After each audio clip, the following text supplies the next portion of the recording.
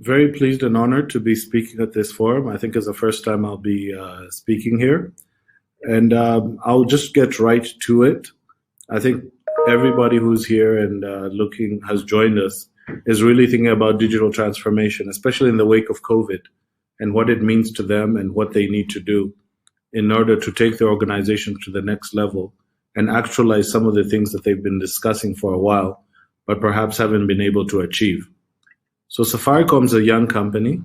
We started in the year 2000, and we've been fortunate that we are able to delight over 35 million subscribers, customers in our country. Our mobile money platform, M-Pesa, delights about 27 million customers active each month. And then we've been able to achieve in our last financial year results an EBIT of $1 billion. And so we're pretty happy. We make a big difference for our country. We make a big difference not just in the lives of our customers, but also in businesses and government, not just within Kenya, but also within the region. Our purpose is really to transform lives. And we believe that we put people and purpose before profit. And this has really been a guiding light for us in everything that we do, that we always remember that it's not just about profits, it's not just about market share, but it's really about transforming lives. When we look at the context of the market that we operate in, which is Kenya, Kenya is a country of about 50 million citizens, and we pride ourselves in believing that we are quite connected as a country. We've been able to achieve an internet penetration of over 82%, 87% by some counts.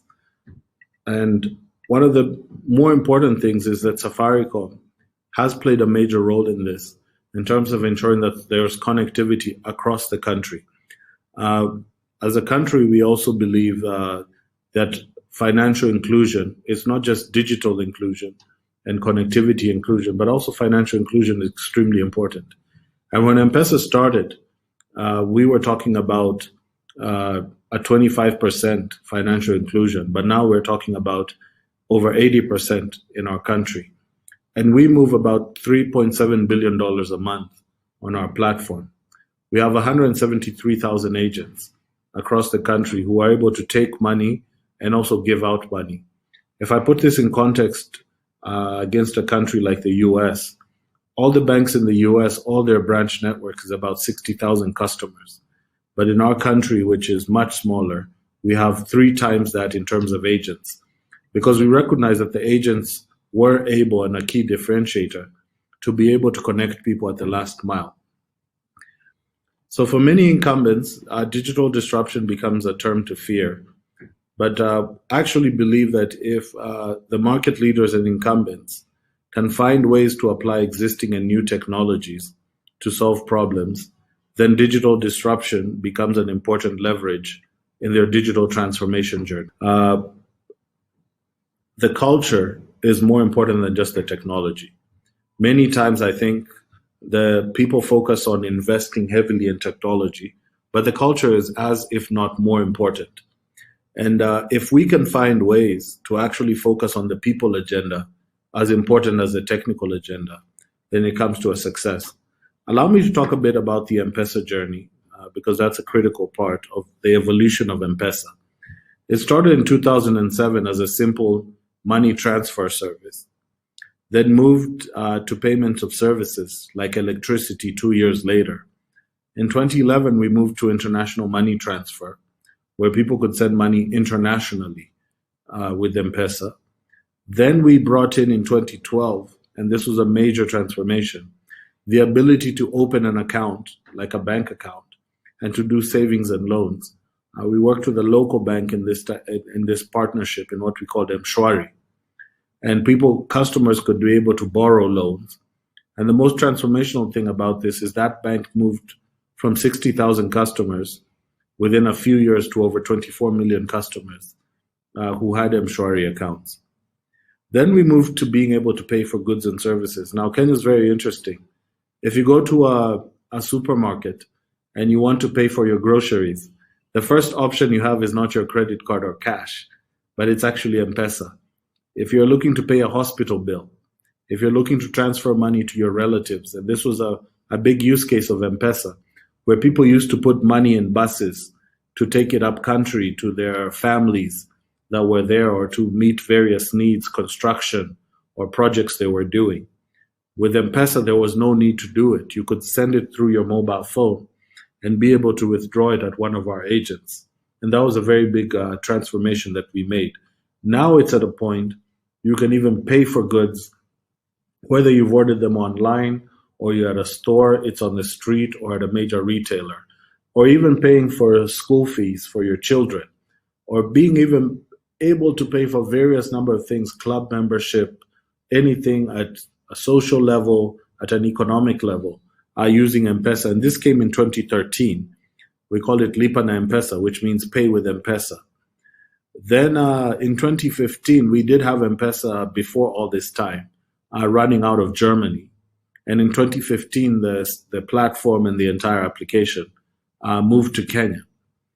Then we added a number of value additions in terms of like open APIs that allow a lot of our developers in the country and companies to be able to develop solutions and be able to connect to our APIs that allow them to move their business far. We moved into a health proposition called MTiba.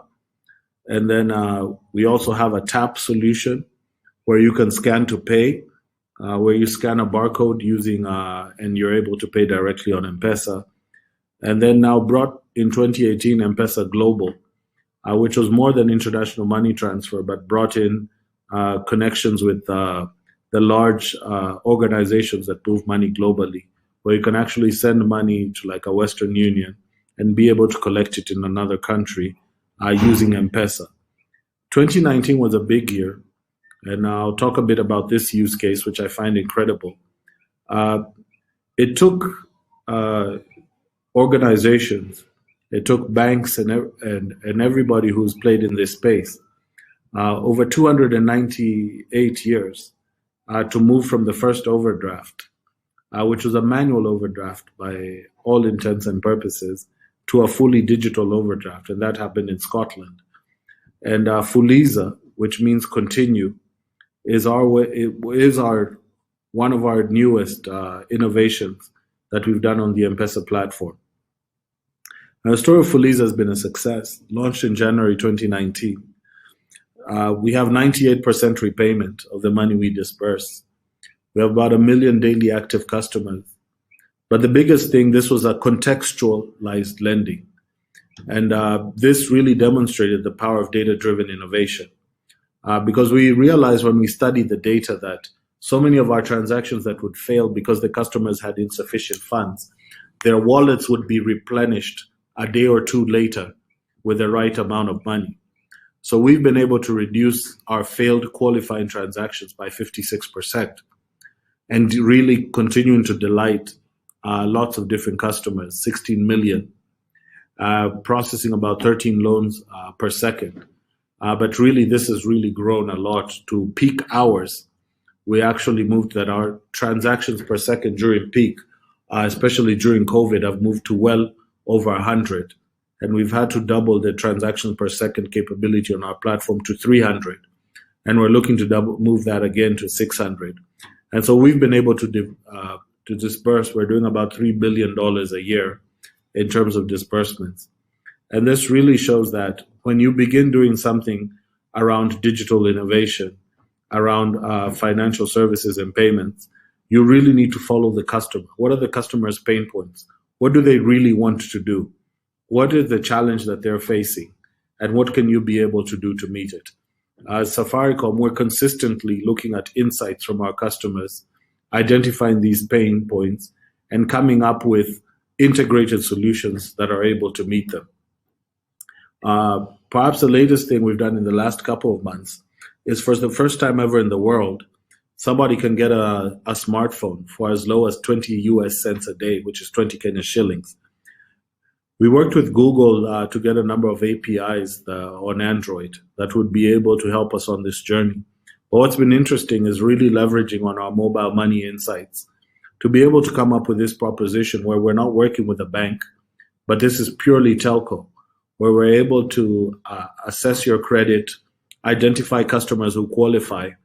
Because the context of this from a telco perspective is we're laying a lot of network, we're establishing customers who would be able to latch onto this. And I usually describe it that the network is the rails, but the phone is the cart. And then the people in the cart or the train are really the services. Now, if the people don't have a cart to get on that network, then they're not benefiting from this large investment. So by addressing the challenge of people being able to get smartphones, by studying the behavior of Kenyans, we're able to buy things in small pieces and batches and being able to offer those services. Through this, we are looking to address a market size of 10 million customers. And we've seen a lot of good uptake, times even up to 2,500 sales a day. Customers who have qualified, we're using our big data platforms, our mobile money platforms, and our network to be able to push this. So this just shows that it is absolutely possible to continue innovating. There's a lot of opportunities there, but you need to understand your customer. You need to be able to realize that it's not just about being a bank or a telco, but allowing your operating and business model to evolve to address customer needs. And I think that's something we've been able to do at Safaricom very well. We're customer obsessed. We believe that there's no challenge that we can't face, and we can work together with our communities and our partners to be able to provide relevant solutions that meet our customer needs. And so I'm looking forward to hearing from some of you. There's so much I can talk about M-Pesa. It's something I use on a day-to-day basis. We're now launching various M-Pesa apps, a business app, as well as a consumer app, and seen a lot of good traction where merchants are able to manage all their incoming funds on our platform and make payments. And this there also then opens a door because we can see their cash flows towards lending to bring back some of the small and medium enterprises post-COVID.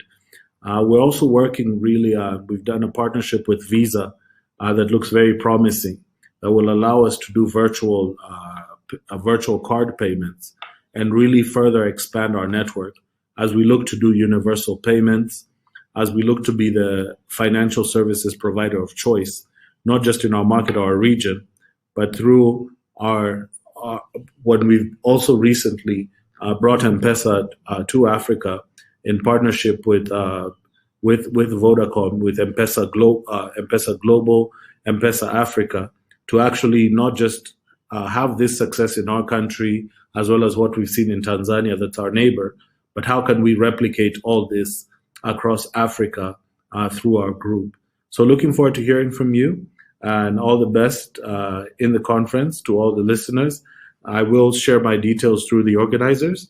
I'm very happy to take other questions and comments to see how we can help each other and work together towards transforming lives, and not just from a business perspective, but really doing the best for all the people, not just in Nairobi, in Kenya, in Africa, but all over the world. Thank you.